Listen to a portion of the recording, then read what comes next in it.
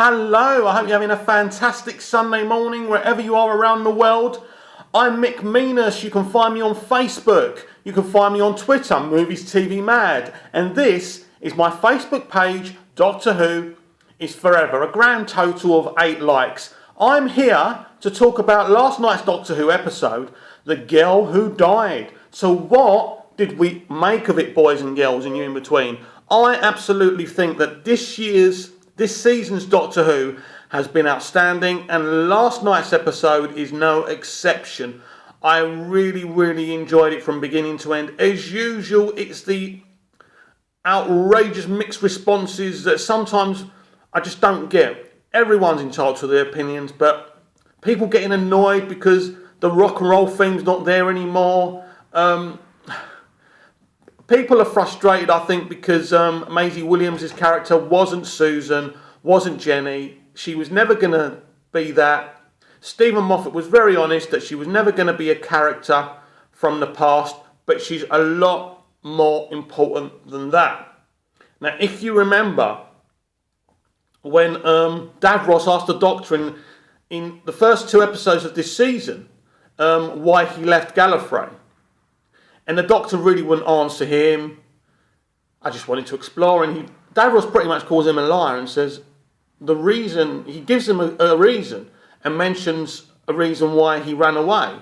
I think somehow, in a timey-wimey way, the Maisie Williams character is the reason he left Gallifrey. Now, I've actually forgotten the word that Davros used, but the Doctor used that word as well last night, and I think this is really important part of the arc of this season 9.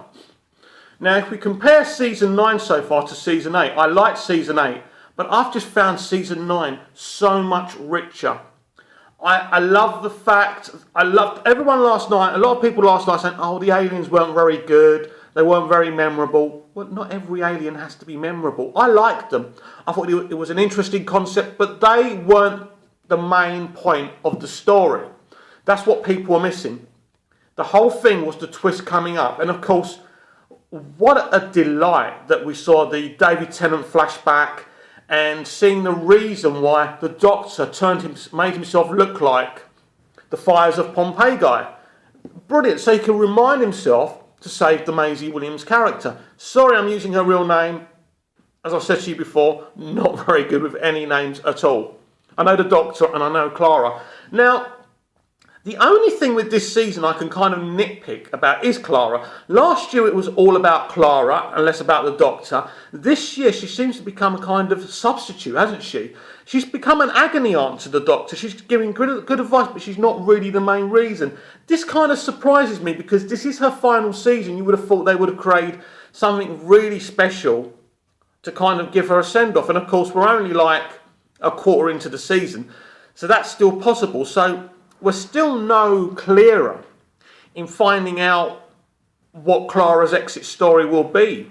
Also, if in the next time footage for next week's episode, The Girl Who Lived, I didn't see Clara. I don't know if I missed it, if I blinked or I missed it, but I didn't see Clara in the next week footage. So very interesting. Is Clara taking a week off? I mean, maybe it's a good idea because then you're overloading it. I don't know. But as I said last week, I like the idea of the companion not being in it every week and being able to take a rest from that and doing something random. So next week's episode looks really exciting. We're obviously discussing this week's one. I thought it was exciting. I found Capaldi's performance, again, really compelling and emotional. The way he reacted when Maisie Williams' character died, and even in the TARDIS in the end, already he's regretted bringing her back to life forever. Of course, this is what Rose did to Captain Jack, and look at the consequences for that. Captain Jack is now forever. The Doctor's done the same thing. Out of anger, he's brought her back to life, and he can't take it back. There's no way. So I would assume actually now she's become a real threat to the universe, to Earth. I don't know how this is going to play out, but I think this is a very important point in the emotional character journey of the Doctor's journey back to Gallifrey, if you like. Now, I don't know if it's going to happen by the finale. We've already been told that this finale is going to be very different to the others. I don't know what they mean by that. But I trust Stephen Moffat. I know Stephen Moffat can tell a few porky pies at times. But when he's talking about the direction of the season or what's not going to happen, he's normally kind of honest. I know he's kind of told a few fibs in the past, but I think he's being clear on that. I thought Maisie Williams was brilliant. I really did. A lot of people saying they didn't like the other characters, the Romans or whatever they were calling themselves. I liked them, but again, they weren't the main point to the story. The main point is what we were heading to. The Doctor bringing back this character to life and it playing out. He sees her.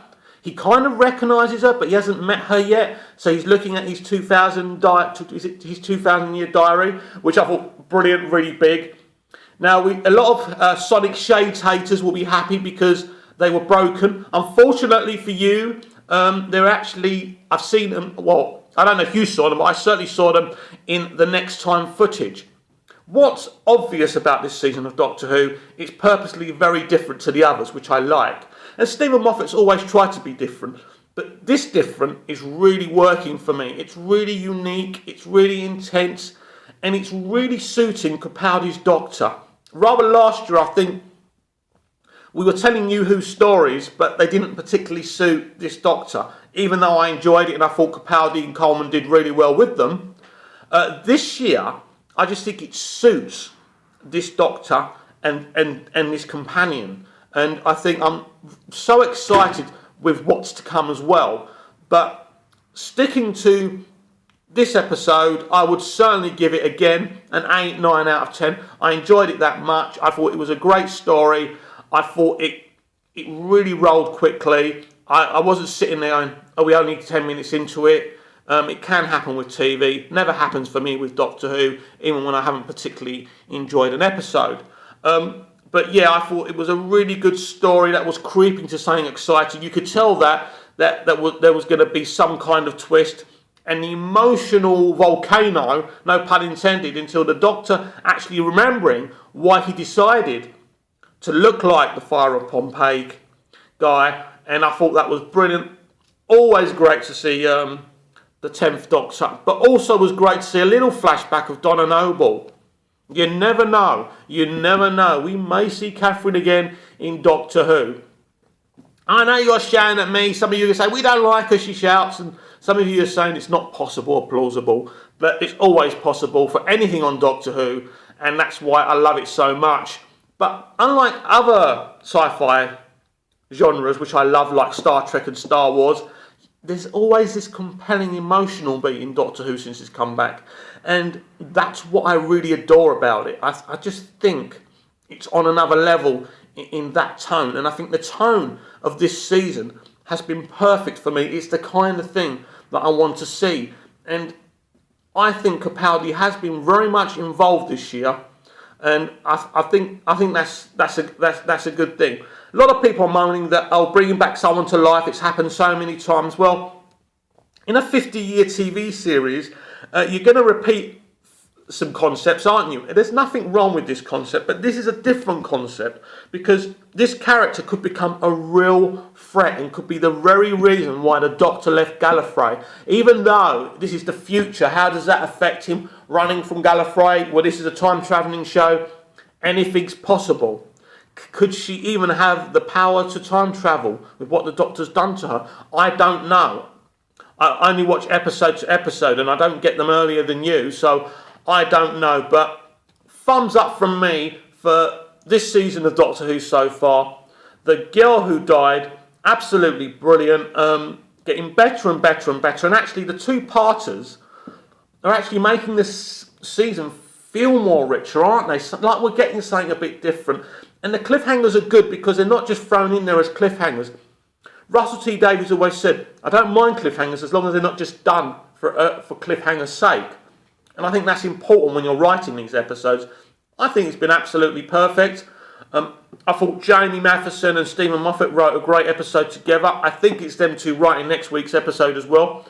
I'm sure we're going to have a couple of standalone episodes. I don't think they're all going to be two-parters, unless I'm wrong. Anyway, comment down below. Let me know what you think. Please press like, Doctor Who's Forever, my Facebook page, lots of different things I'm doing, lots of news, lots of videos, lots of breaking news, and even a few lines of fiction now and again. Have a lovely Sunday. See you later. Bye-bye.